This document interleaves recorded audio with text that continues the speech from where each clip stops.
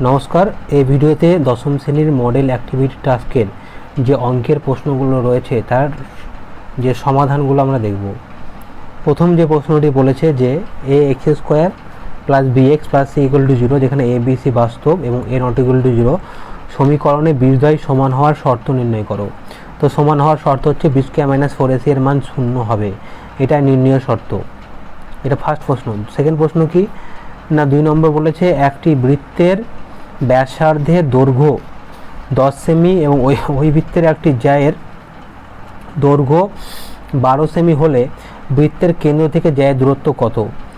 তাহলে এখানে কি করেছি, এখানে একটা বৃত্ত এঁকেছি, বৃত্তের ও হচ্ছে কেন্দ্র, এবি হচ্ছে বৃত্তের হচ্ছে জ্যা, এবং কেন্দ্র থেকে ও থেকে সি সেটা হচ্ছে কি হয়, ও থেকে সি, এটা হচ্ছে বৃত্তের কেন্দ্র থেকে জ্যায়ের দূরত্ব। আর ও এটা হচ্ছে কি, ও এটা হচ্ছে বৃত্তের ব্যাসার্ধ, আমাদেরকে বের করতে বলেছে ও সি।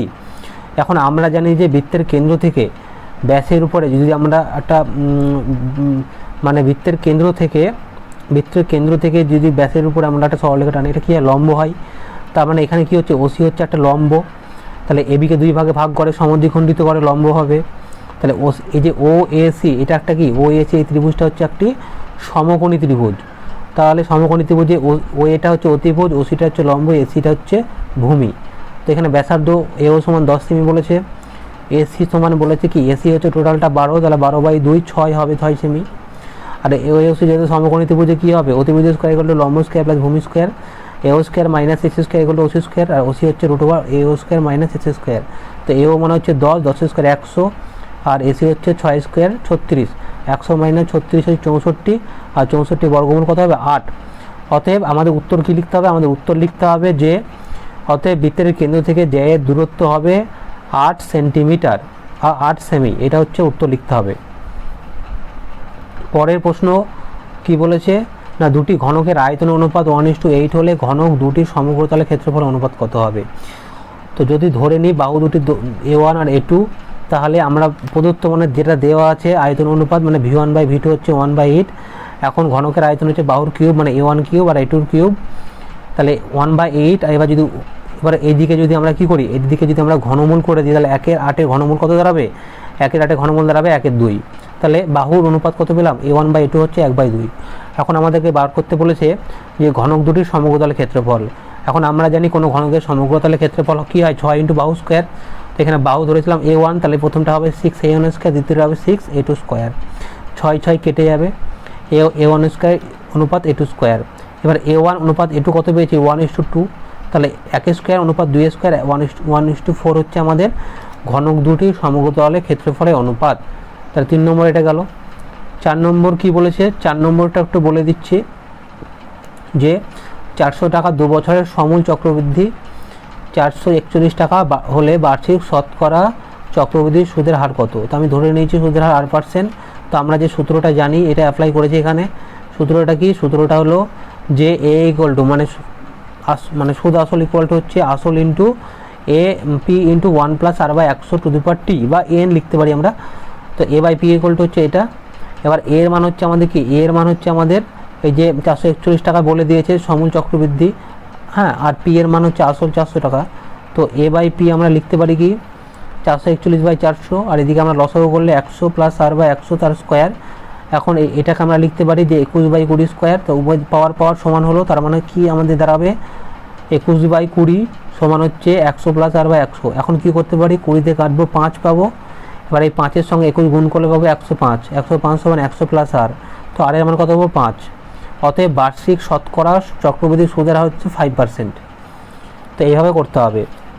তারপরের প্রশ্নটা কি যে x, 12, y, 27 ক্রমিক সমানুপাতিক হলে x y মান নির্ণয় করো। তো যেহেতু তারা ক্রমিক সমানুপাতিক, তাহলে কী হবে, x/12 সমান 12/y সমান y/27। এবং প্রথম দুটোকে যদি নিই আমি, প্রথম দুটোকে নিলে কী হবে, x/12 সমান 12/y, তাহলে কোনাকুনি গুণ করলে xy ইকুয়াল টু হচ্ছে 12 × 12। আর পরের দুটোকে যদি নিয়ে এই শেষ দুটোকে, তাহলে কত পাবো, 12/y ইকুয়াল টু হচ্ছে y/27। ঠিক আছে, তাহলে 12/y ইকুয়াল টু y/27 পেলাম।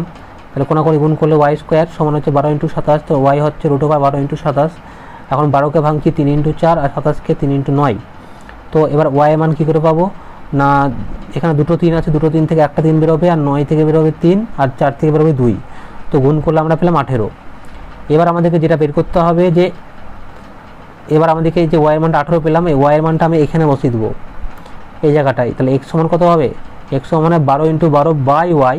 তো ওয়াইয়ের মান 18 বসলাম, কাটাকাটি করলে পাবো 8। তাহলে এক্স ও ওয়াইয়ের মান কত কত যথাক্রমে 8 আর 18, এভাবে করতে হবে। তারপরের প্রশ্নটা কি বলেছে যে ওয়াই কেন্দ্রীয় বৃত্তের এ বি একটি ব্যাস, সি বৃত্তে অবস্থিত একটি, সি হচ্ছে বৃত্তের উপর অবস্থিত একটি বিন্দু, অ্যাঙ্গেল ও বি সি 60 ডিগ্রি হলে অ্যাঙ্গেল ও সি এ কত। তো আমাদের একটা ছবি এঁকেছি যেখানে এ বি হচ্ছে বৃত্তের ব্যাস, ও হচ্ছে কেন্দ্র এবং বৃত্তের উপর একটি বিন্দু সি নিয়েছি। তো কি করেছি আমি, আমাদের যে কোণটা বলে দিয়েছে ও বি সি, তো ও থেকে ও বি সি এই কোণটা বলে দিয়েছে আমাদের। তো যেহেতু বলে দিয়েছে, এবার আমরা কি করলাম, এসিটা যুক্ত করলাম আর ওসিটা যুক্ত করলাম। এবার দেখতে পাচ্ছি যে এই কোণটার মান বলে দিয়েছে 60 ডিগ্রি। এবার আমরা জানি অর্ধবৃত্তস্থ কোণ হয় 90 ডিগ্রি সমকোণ, তার মানে এই কোণটা সি কোণটা 90 ডিগ্রি। এখন এটা যদি 60 হয়, এটা 90 হয়, তাহলে এটা কত পড়ে থাকবে, এটা পড়ে থাকবে 180 থেকে কী বাদ দিব 60 + 90, ঠিক আছে। তাহলে 30 ডিগ্রি পেলাম। আবার একটা জিনিস বুঝতে পারছি এখান থেকে যে ও এ আর ওসি সমান, কারণ এটা বৃত্তের ব্যাসার্ধ। এবার যদি সমান হয় দুটো বাহু, তার মানে কী হবে, এই কোণটা আর এই কোণটাও সমান হবে। তার মানে এই কোণটা যদি 30 ডিগ্রি হয়, অবশ্যই এই কোণটাও 30 ডিগ্রি। তো ও এ = ওসি বৃত্তের ব্যাসার্ধ, তাই ও C A = O A C সমান 30 ডিগ্রি সমান হবে। তাহলে মানে ও সি এর মান হচ্ছে 30 ডিগ্রি। তারপরে প্রশ্ন কি, তারপরে প্রশ্ন বলেছে যে একটি ঘনক আছে, তো ঘনকের প্রত্যেকটি ধারের দৈর্ঘ্য মানে বাহু দৈর্ঘ্য আর কি 50% বৃদ্ধি পেলে সমগ্র তলের ক্ষেত্রফল শতকরা কত বৃদ্ধি পাবে। তো এখানে ধার যেহেতু বলেছে, আমি বাহু লিখে ফেলেছি, তো এখানে ঘনকের ধার বলে লিখতে পারো তোমরা, ঘনকের ধার বলবে বাস, বাহুর জায়গা আর কিচ্ছু না। তাহলে আমি ধরে নিচ্ছি 2x, তো আমি এক্সও ধরতে পারতাম, কেন 2x ধরলাম, কারণ ক্যালকুলেশনের সুবিধা হয় বলে, ভুল কিচ্ছু হবে না। ঘনকের বাহু 2x ধরলাম, তাহলে সমগ্র তলের ক্ষেত্রফল কী হয়, 6 × বাহু স্কোয়ার 6 × 2x² মানে 4 × 6 = 24x²। আর দ্বিতীয় ক্ষেত্রে বাহু বৃদ্ধি পেয়ে কত হলো 2x প্লাস আবার এর 50% বাড়বে। তো 2x এর 50% মানে অর্ধেক, তার মানে হচ্ছে 50 দিয়ে কাটলাম 2 পেলাম, x পেলাম, তাহলে 2x + x 3x হলো, তাই তো হবে না। 2x এর অর্ধেক কত, 50% মানে অর্ধেক, তো অর্ধেক মানে হচ্ছে কত x, তার মানে x বাড়লো, আগে ছিল 2x, তাহলে পরে যদি x বাড়ে তাহলে টোটাল কত দাঁড়াবে, সেকেন্ড বাহু 3x। এবার দ্বিতীয় ক্ষেত্রে আমাদের সমগ্র তলের ক্ষেত্রফল কত হবে 6 × 3x², তার মানে হচ্ছে 9 × 6 = 54x²। এবার যে আমাদের বলেছে যে সমগ্র তলের ক্ষেত্রফলের শতকরা বৃদ্ধি, তো শতকরা বৃদ্ধি কী করে পাই না, অন্তিম মান মাইনাস প্রাথমিক মান বাই প্রাথমিক মান ইন্টু 100%। তো আমি এখানে তাই করেছি, অন্তিম হচ্ছে 54x², প্রাথমিক হচ্ছে 24x² বাই প্রাথমিক 24x² ইন্টু 100%। তো এটাখানে x² সব কেটে যাবে কমন নিয়ে, 54 থেকে 24 বাদ দিলে থাকবে 30/24। আমরা যদি কাটাকাটি করি তাহলে 125% চলে আসবে, মানে 30কে যদি আমরা কাটি 6 দিয়ে তাহলে 5 পাবো, 24কে 6 দিয়ে কাটলে 4, ওই 4 দিয়ে 100কে কাটবো 25 পাবো, তাহলে 5 × 25 = 125। সুতরাং এই যে সমগ্র তলের ক্ষেত্রফলের যে বৃদ্ধি সেটা হচ্ছে 125 মানে 125%, এটা হবে উত্তর। আচ্ছা, তারপরে প্রশ্ন, শেষ প্রশ্ন হচ্ছে সমাধান করা এটা। তো কী করলাম, এটার আমরা লসাগু করলাম 2x + 1। এবার যদি কোনাকুনি গুণ করে দিই, এটা গুণ করলে কত হবে 2x + 1 হোল স্কোয়ার মানে a² + 2ab + b², a² মানে 4x², 2ab মানে হচ্ছে 2 × 4x + 1, আর এখানে 3 আছে +4, তো এটাকে কোনাকুনি গুণ হয়ে গেল, তাহলে 4 × 2 = 8x + 4, ঠিক আছে। তো 8xটা বাঁ দিকে আনলাম, তার মানে কত হবে -4x, আর 4 কী হবে 4 কিন্তু কেটে গেল, এদের 4 আর এই 4 কিন্তু কেটে যাবে। এবার এখান থেকে x কমন নেব, x কমন নিলে কী দেবে 4x × x - 1 = 0। এবার কী হবে, হয় 4x = 0 হবে অথবা x - 1 = 0 হবে। তো 4x = 0 হলে কত হবে 0/4, 0/4 মানেই 0, আর এটাকে 0 করলে x এর মান কত দাঁড়াবে 1 দাঁড়াবে। সুতরাং নির্ণয় সমাধান x = 0 আর x = 1, এটা হচ্ছে নির্ণয় সমাধান।